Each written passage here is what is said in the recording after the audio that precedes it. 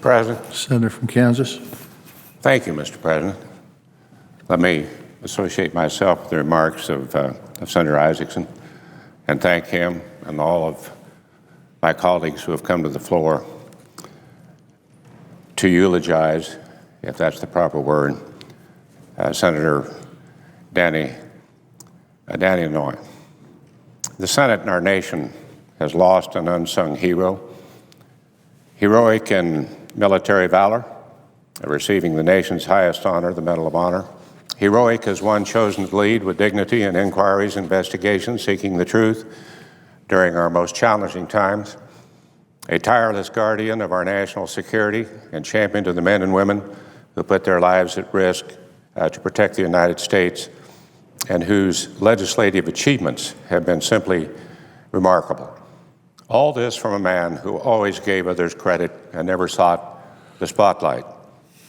Yesterday, Senator John McCain from Arizona, a hero in his own right, said the Senate lost America, and especially his beloved citizens of Hawaii, lost a unique, brave, and wonderful legislator, a man who brought to this institution the most unique credentials that Senator McCain said and would argue probably of anyone who has ever served in this very diverse body. He certainly hit the nail on the head. In Hawaii, there was a group of young Japanese Americans who decided they wanted to serve their country and they wanted to serve in uniform. One of the most well-known and famous and most highly decorated units of the entire World War II. It was the battalion in which Dan Inouye served. He was a proud member of this battalion in fierce combat. He was gravely wounded on the battlefield. He was brought home, and as we all know, lost his arm as a result of one of the wounds that he sustained.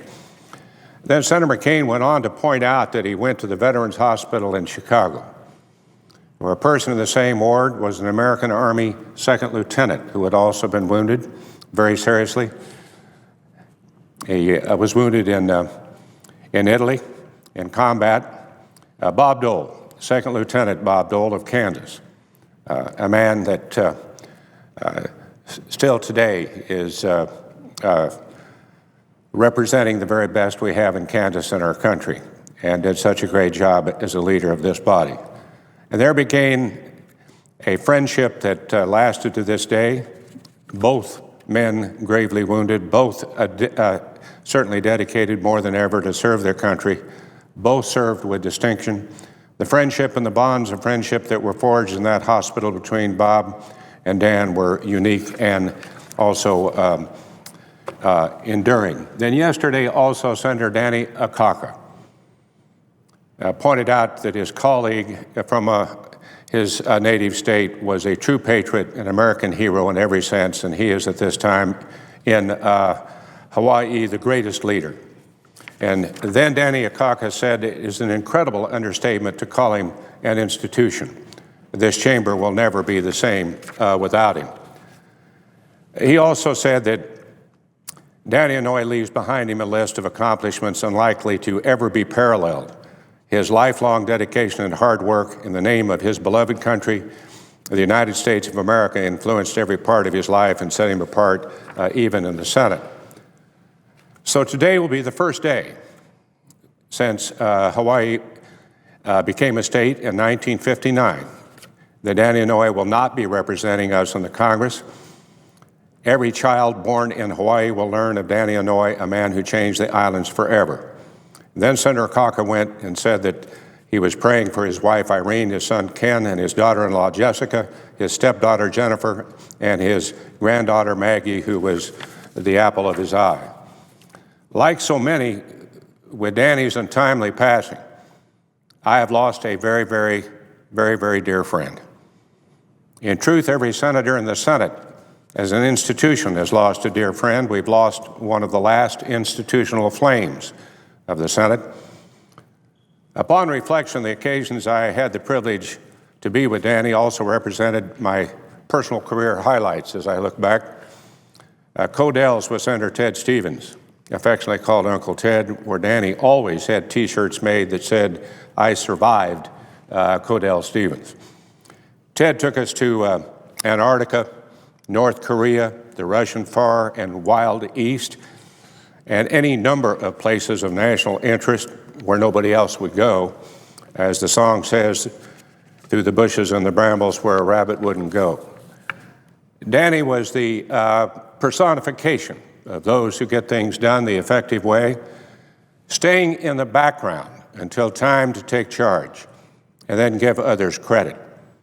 I will always remember his sonorous basso profundo voice advising the North Koreans in North Korea they should make Panmunjom and the 38th parallel a tourist site, not a shooting gallery. In the Russian Far East, we traveled to Sakhalin Island with mountains and raw materials that rivaled Alaska, and where locals will tell you, yes, there are still saber-toothed tigers just north of the island. Danny, visiting with staff, nodded sagely and then went into detail about his many other travels with a little fact and fiction mixed in, all with a twinkle in his eye. I also remember in the community or the city of Khabarovsk in the Russian Far East, we were at a hotel. And I would say that this hotel did not, if there were 8 hotels in regards to the Russian Far East, this one had to be one on the last of the list. And as we went into our rooms, I discovered that my bed was a wooden frame and then just straps, no mattress, and then one blanket and no pillow. I thought, being the junior member of this Codel, this was something that they assigned to me. So I went down the hall with my special key in hand and my special ID, and that in that part of the world, why, that's what you do, knocked on Danny's door, and he said, how can I be of service to you, a dear friend? And I said, I'd just like to look at your accommodations, thinking, of course, he would have a bed. And there was a wooden bed with the same kind of accommodation, and no mattress and just one blanket. And he said, well, why are you interested in that bed? And I said, well, I thought, being as a junior member, having the same thing, that something might be better in your quarters. He got a big kick out of that, and he was always reminding me of that at various times when I would get a little upset about anything. But at any rate, it is not an understatement with regard to leadership, bipartisanship, integrity, and achievement. It would serve every member of this Senate to ask, what would Danny Inouye want us to do? In today's Washington Post, there was a reference to the keynote speech that Senator Inouye gave in Chicago, and I quote, "It was a period of unrest after the assassinations of Senator Robert Kennedy and the Reverend Martin Luther King. Troubling times indeed. Speaking not as a Democrat, but as a citizen disturbed by unprecedented violence, Senator Inouye described a troubling loss of faith among Americans. And he said, I do not mean a loss of religious faith.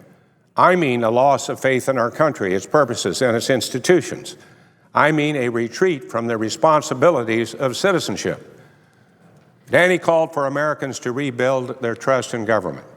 An extraordinary statement from a man whose people had suffered grave injustices at the hands of government.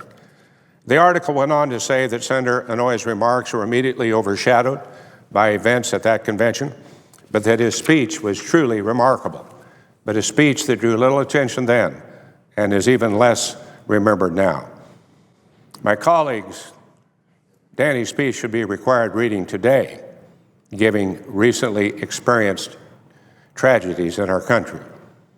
It was just last week I was asked to speak in Senator Inouye's behalf at an event in behalf of the proposed Eisenhower Memorial, a joint bipartisan effort that has taken far too long to bring to fruition.